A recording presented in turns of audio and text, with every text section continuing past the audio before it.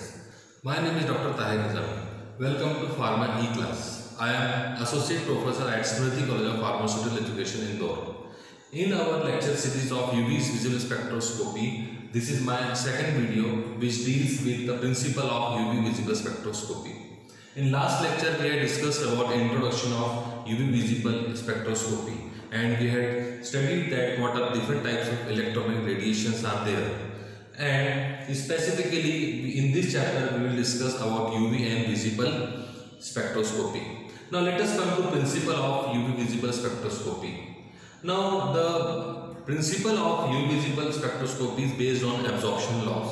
Majorly these laws are given by Lambert's and Beer's, and combinedly these laws combine together to form Lambert-Beer law, which form the basis of UV visible spectroscopy. Before discussing Lambert and Beer law, let us discuss something about absorption laws. What is the idea and what is the principle behind the absorption laws?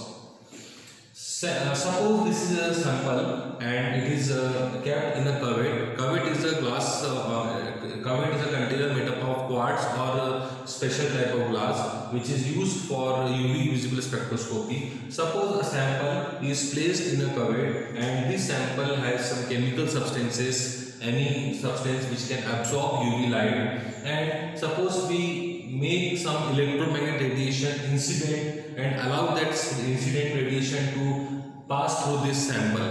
Now what happens when the radiation passes through samples?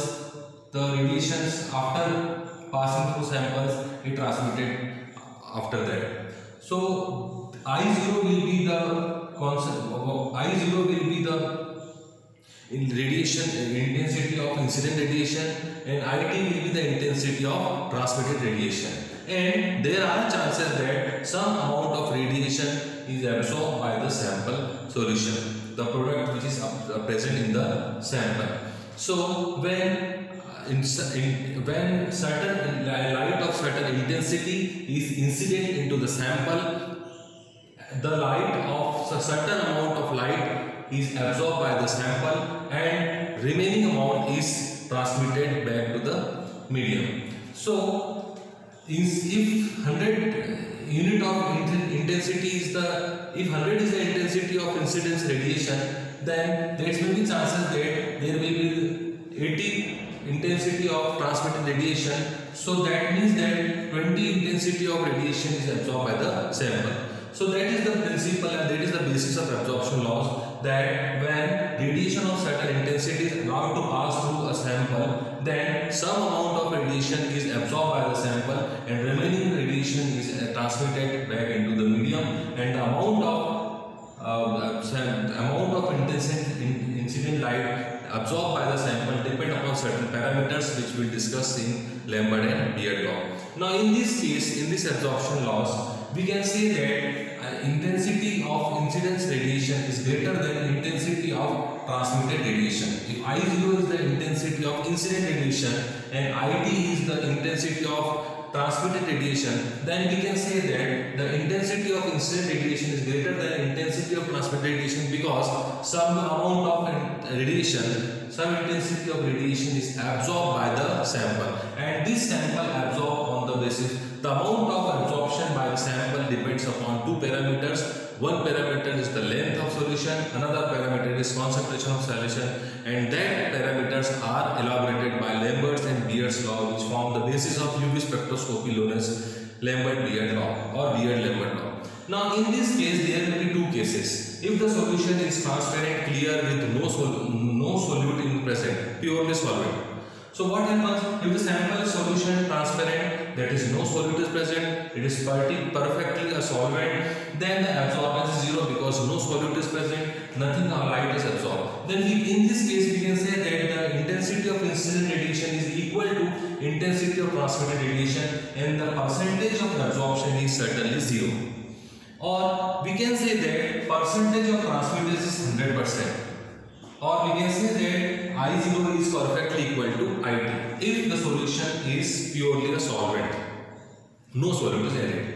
From this equation we can say that absorption is inversely proportional to transmittance. Yes, this phenomenon is totally opposite. Absorbance is totally opposite of transmittance. When you study UV spectrophotometer, you will find that the reading of UV spectrophotometer appears in two modes, absorption and transmittance. Now, in another case, let us say that this is a solution which contains some amount of solute. We have some concentration of solution.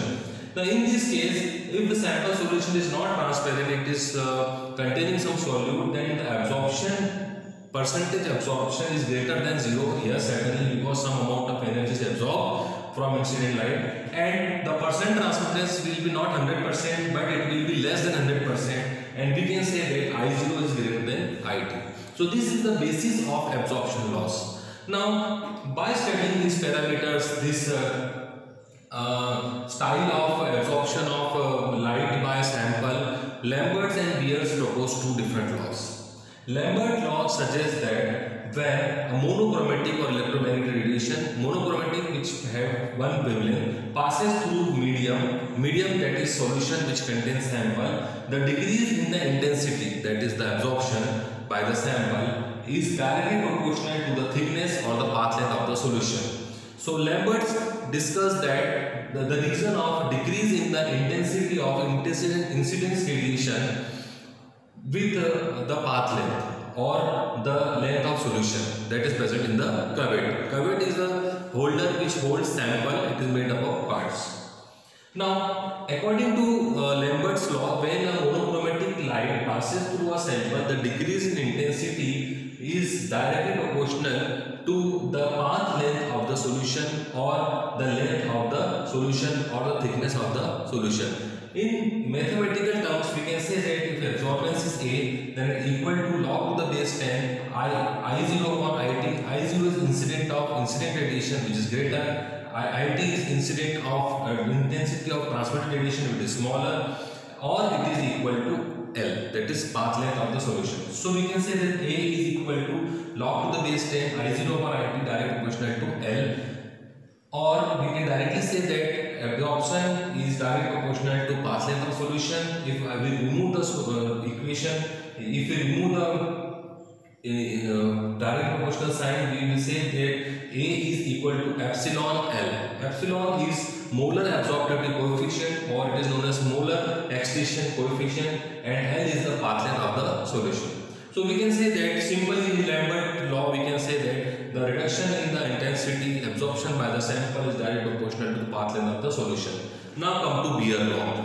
Beer also observed this phenomena, and he proposed his theory like when a monochromatic light passes through a medium, the decrease in the intensity is directly proportional to concentration of the solution.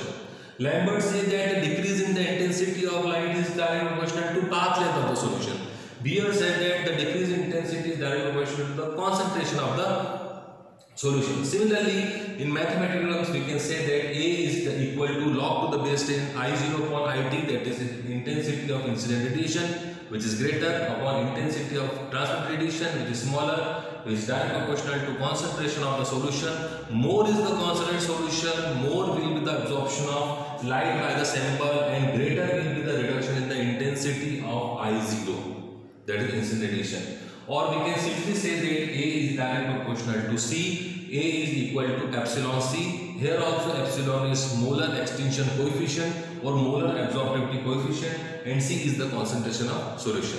Now, further, lastly, the basic principle of UV visible spectrophotometry is the combination of Lambert's and Beer's law, that is known as Lambert-Beer's law or Beer's-Lambert's law. Now, in Beer's-Lambert's law, it is suggested that the reduction in the intensity of light, of monochromatic light, when it passes through a sample, is directly proportional to the concentration of solution as well as the path length of the solution. We can say that in Lambert-Beer law, absorbance is directly proportional to the path length of the solution as well as concentration of solution, or we can say that A is equal to epsilon L into C, that is Lambert-Beer law, that is absorption is directly proportional to length of solution and the concentration of solution, and A is equal to E, matlab epsilon into L into C. L is length of solution, that is path length of the solution, and thickness of the solution, C is the concentrated solution, and epsilon is the standard which is known as molar extinction coefficient or molar absorptivity coefficient. In next video we will discuss about electronic excitation and instrumentation of UV visible spectroscopy. Thank you.